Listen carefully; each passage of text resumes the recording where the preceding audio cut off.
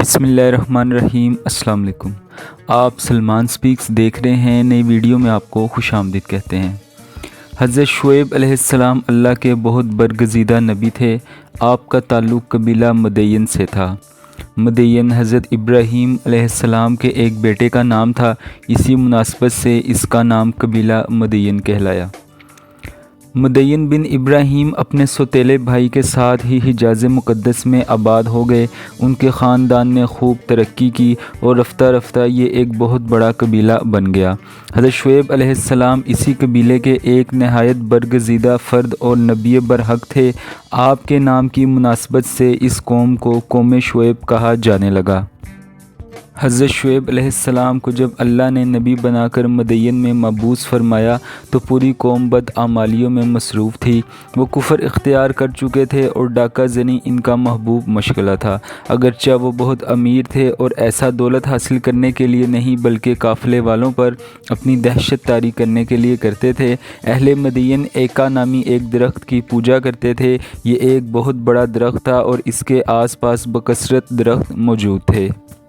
ان میں بت پرستی اور مشرکانہ رسوم و عقائد عام ہو چکے تھے۔ وہ پوری طرح اللہ کے احکامات کو بھول چکے تھے۔ ایک بڑی بددیانتی جو وہ کرتے تھے وہ ناپ تول میں کمی تھی۔ یہ لوگ جب لیتے تو پورا لیتے تھے لیکن فروخت کرنے کے دوران کمی کرتے تھے۔ خاص طور پر اگر وہاں کوئی قافلہ آ جاتا تو اس قافلے والوں کو کم ناپ تول سے لوٹ لیا کرتے تھے۔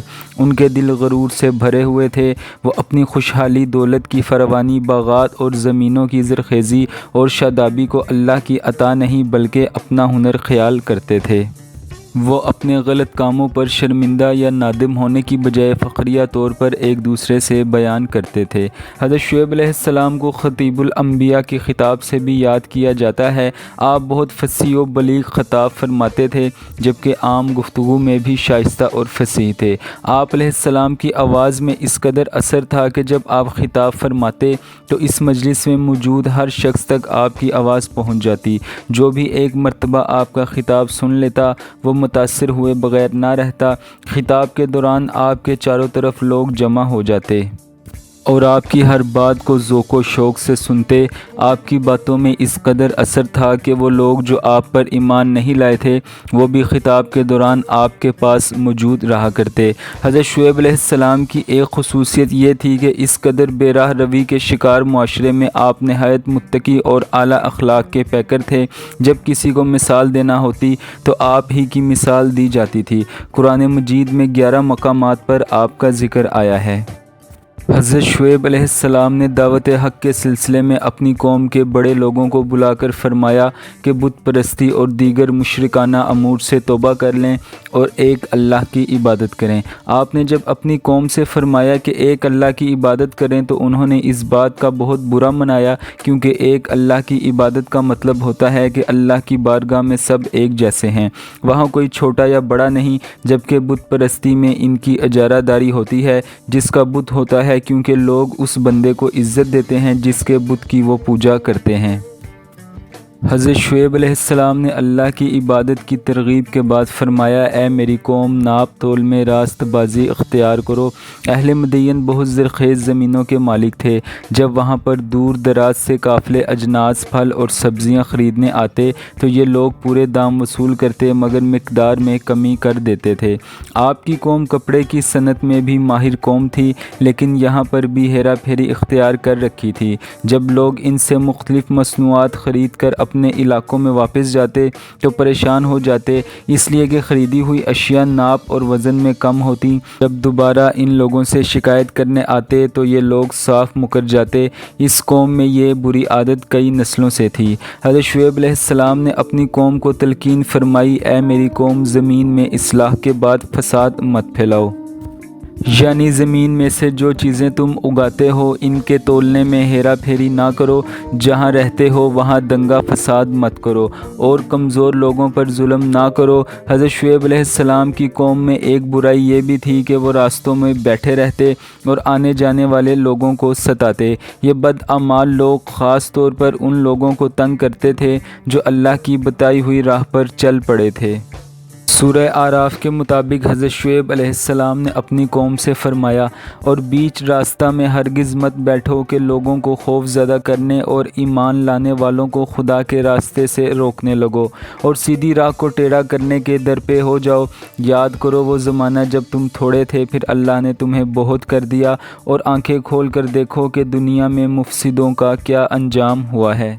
حضرت شعیب علیہ السلام نے اپنی قوم کی بدعمالیوں کی نشاندہی کی، ان کو سمجھایا کہ رزق حلال کمائیں اور حلال مال ہی خود بھی کھائیں اور اپنے گھر والوں کو بھی کھلائیں۔ سورہ ہود میں ارشاد ہوتا ہے، اللہ کی دی ہوئی بچت تمہارے لیے بہتر ہے اگر تم مومن ہو، اور بہرحال میں تمہارے اوپر کوئی نگران کار نہیں ہوں۔ حضرت شعیب علیہ السلام کی قوم کے سرداروں نے آپ کی نصیحت آموز باتوں پر اعتراض کیا۔ سورہ ہود میں ارشاد ہے، قوم کے سردار بولے کہ اے شعیب، کیا تمہاری نماز تمہیں یہ کہتی ہے کہ ہم اپنے آباء و اجداد کے عبادت کے طریقوں کو ترک کر دیں یا اپنے مال اپنی مرضی سے خرچ نہ کریں؟ گویا آپ تو بہت ہی سمجھ بوجھ رکھنے والے ہو۔ حضرت شعیب علیہ السلام نے اپنی قوم کے سرداروں کی باتیں سنی تو بڑے تحمل سے فرمایا۔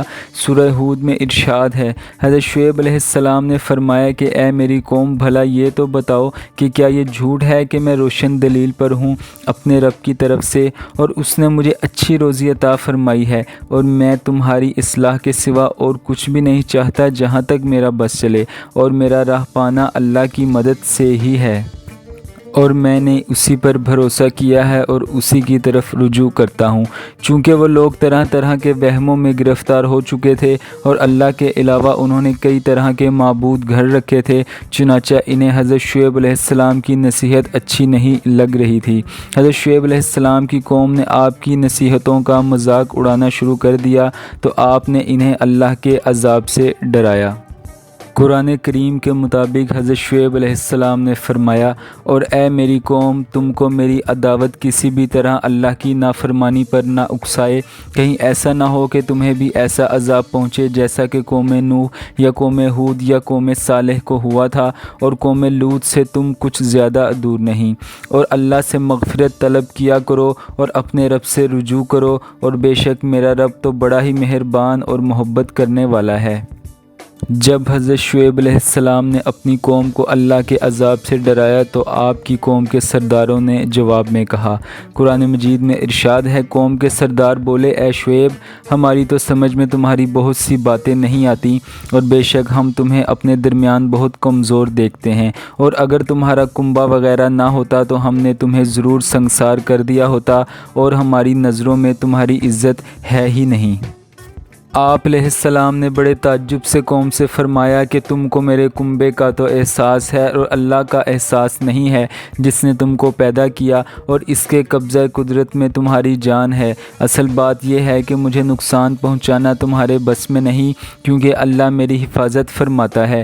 آپ کی قوم کے متکبر سرداروں نے آپ کو یوں دھمکی دی۔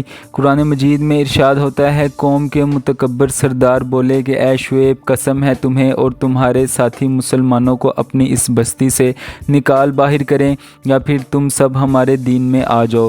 وہ اس قدر حد سے بڑھ گئے کہ اپنے نبی کو ہی کفر کی طرف بلانے سے بھی باز نہ آئے، چنانچہ ان پر عذاب الہی کا آنا ٹھہر گیا۔ آپ نے اللہ کے حضور اپنی بے بسی کا اظہار کیا، اور اللہ نے آپ کو حکم دیا کہ اپنے ساتھی مسلمانوں کو لے کر کسی محفوظ مقام پر چلے جائیں۔